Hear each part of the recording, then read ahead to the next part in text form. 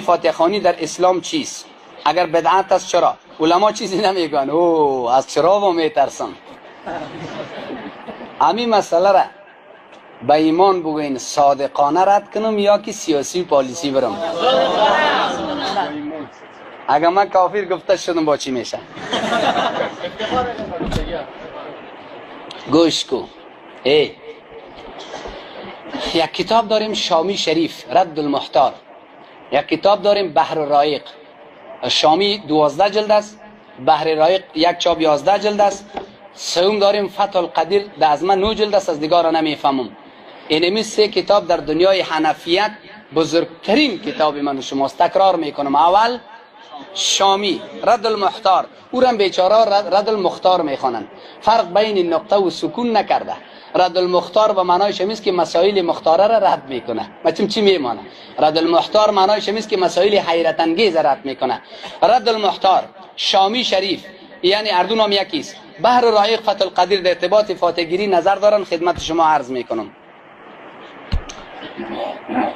ولی عبارات رد المحتار میگیرم خوشم میایه. یک و قشر صوفیه کرام رحمت الله علیهم بسیار دوستش دارن، و خاطری از امو گروه میترسم که مرا کافر نگو، از امو کتاب خودشان حواله میتم. غلمغل نکو برادران امت اسلامی. سوال فاتحه گیری را گوش بگی که فاتحه ما تو چی میشه.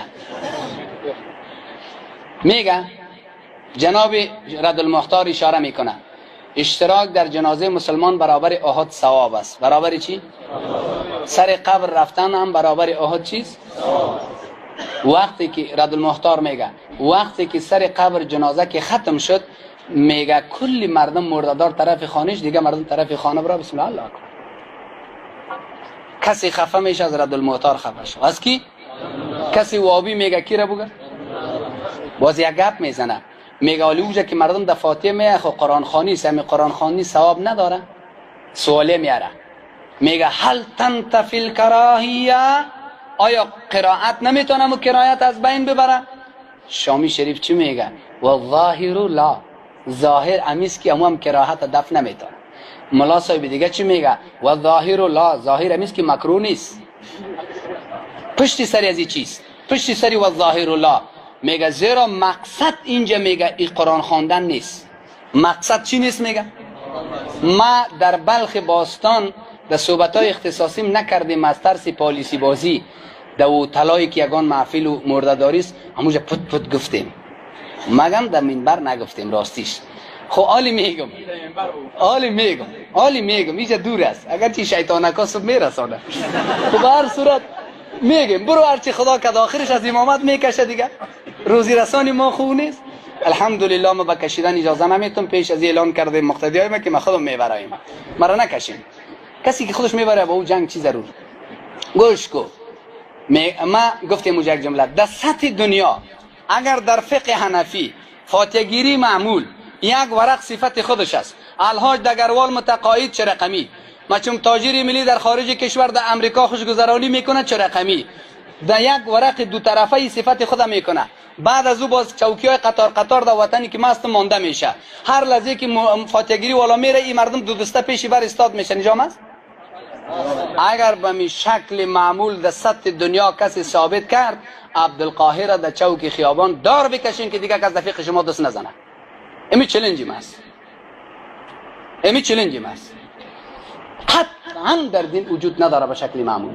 بله اشاره کرده که رسول معظم در شهادت حضرت جعفر رضی الله عنه در مسجد شیشته بود غمگین. شروحات بخاری جواب میده میگه او نماز خواندن رفته بود، به خاطر اعلان نکرده بود که ما شیشتیم به این فاتحه. خوب است ما یک اعلان کنم یک دوره حافظ وظیفه تو گفتن است و بس.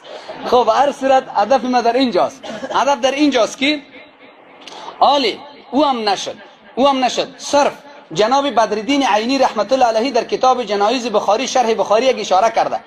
یک توجیه شمیز کسایی را که کس نمیشناسه یا دم اعلان رقمی دور مدراز نه بگوین. اگر کسای سرشناس بود بگو مولوی عبدالقاهر مرد صبح 12 بجه جنازه است، اعلان ایتو باش. کسایی را کس نمیشناخت بگو که بیادرزاده مولوی عبدالقاهر و خواهرزاده مفتی سراج صاحب و نواسه مولوی سید امام‌الدین، یک دو سه نفر نامی که مردم تکثیر جنازه شوه. اما این رقمی که شما میگین نه، این رقم میگین در دنیای حرمین این رقم است. الصلاة علی الاموات، الصلاة علی المیت، الصلاه علی الاطفال. این یک اعلان است در حرم بیت الله و حرم مدینه، جنازه به مرده، جنازه به زن، جنازه به مرد. این قدر تنگی نمیکنیم. اس بدرالدین عینی گفته، حدیثش در ما معلوم نیست، خب عالمی بزرگ است، اما به شکل معمول استادانایی که اشاره کردین اینا میفهمین. جناب علامه بدرالدین عینی در شرح هدایه میگه، در شرح هدایه قبیل باب فصل شهید آخر جنایز به اصطلاح قبیل شهید میگه و ما یصنع فی بلاد العجم من بسط الفروش والقیام على قوارع الطریق فمن اقبح القبائح.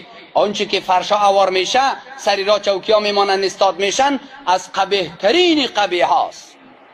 از چیز بگو دمو گذری که مستم 4 مسجد تالی را 4 مسجد همی آخرین کاری من استادن من کردیم و چوکی های قطار دیگهش هست. استادن من کردیم و چوکی های قطار قرارداد ما که مقتضی است که سری 4 ماه به شما یک گپی کته میزنم. همین نوبت 4م دویمش که بیاید بخیر، اگر شد دیگه، اگر نشد خودی ما میریم دیگه. دگه خور رسیدین؟ مفتی صاحب اشاره کرد، کسی که صادقانه گپ شامیر عمل میتونه، مشکلی پدر و مادر نداره، دستش بالا کنه. اگر نمیتونه نی کلگی بالا نکنین. الحمدلله. اوهو مولی عبدالقاهر خود کلانی وابی هست، این چوچگکای خورداش است دیگه، کتا کتا کافرش همیجا هست. خب به هر صورت برادران امت اسلامی چقدر خوب زندگی است. یک دو چیزی رد المحتار ماند. اگر رفیق مرده آشنایش نبود 4 روز 5 روز بعد آمد، این نبود در جنازه و سر قبر، حق داره که تسلیت و فاتحه‌گیری در خانهش در میمانخانهش بکنه. 1 2 مگر ورث مرده نبود چند روز بعد آمد، او هم حق داره. تعزیه داری پیغمبر بگم براتون میفهمین چیز.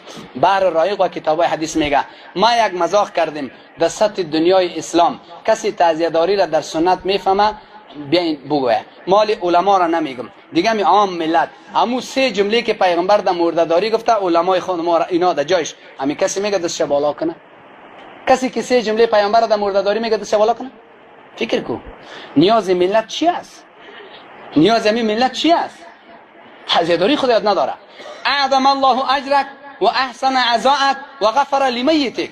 الله اجر تو را بزرگ بگردانه، الله صبر تو را نیک بگردانه، الله مرده تو را ببخشه. sizlarni qaysi tilga bildiray? شما را کتی کنم زبان بفهمانم. توشینگیزمی توشمدینگیزمی میفهمین یا نمیفهمین؟ تاسی سرون خلاصی که چاره نرو غاړمه، سرت خلاص میشه کتی کارت خلاص کنم. کدام میشه کنم که شما؟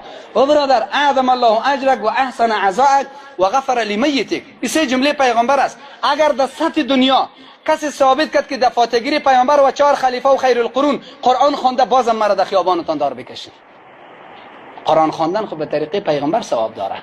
اسپیکرای بیرون هم چالان است که زمزمه میکنه، ولی در جریان تلاوتش خوب ترین قاری ثواب میکنه که پاکتش چند است. قاری صاحب خفه نشین، بسیار معذرت میخوایم. قاری صاحب، ملا صاحب، مؤذن صاحب، نوری دیدیم هستیم، گناهکاری کل هستم. خب ما را در قوطی نسوار جای نکنین، در درون قوطی نسوار یا پچاق پستک نفس کشیدن نتونیم. کمک آزادی بتین. در اختلاط جنسین که مرکز اعلان کرد که زنها و مردا جدا شوه، ما یک صحبت اختصاصی دارم، اختلاط جنسین نام داره. گفتم خدا می کرزه خیر بته، خدا علمای مرکز خیر بته که میقه کار خو کرد، ما را از همین درون قوطی نسوار کشیده، تو کتا نفس کشیدیم، نفسان افساله قید شده را کشیدیم. خدا اینا را خیر بته که زن و مرد جدا شوه باید. خب گفتیم متاساسی. خب به هر صورت فاتحه خوانی. سوال دیگه شمیست که چرا ملا نمیگه؟ اینجا نوشته کرده، ولی که کدام ملا جنگ میکنی برادر؟ چرا ملا نمیگه؟ ولی ما چی کنیم خیر دیگه؟ حکومت از قانون است، اداره است، آزادی سر کس میدانه کارش، هر کلگه برخیال، هر کلگه برخیال. 9 سال شده. جناب مولوی صاحب سید امام الدین میگن 9 سال شده، من میگم کس عمل نمیکنه. بار دیگر خواست از اینا، خواست مولوی صاحب بگوین که گپی 9 سالی از عملی میکنین یعنی بلند کن. الحمدلله. ما در یگان مجلسی که دوج هستم میگم کسی در موسیقی نمیره دستش بالا کنه، با یک روز زنگ میاد مولوی صاحب سلام علیکم، ما از مخلصایت هستم، کسایی که دستش بالا کرده میول زیر درم پودروپی موسیقی شیشته. و اگه اونجا دیدم چطور الله خو میبینه، اگر من نمیبینم الله میبینه نمیبینه.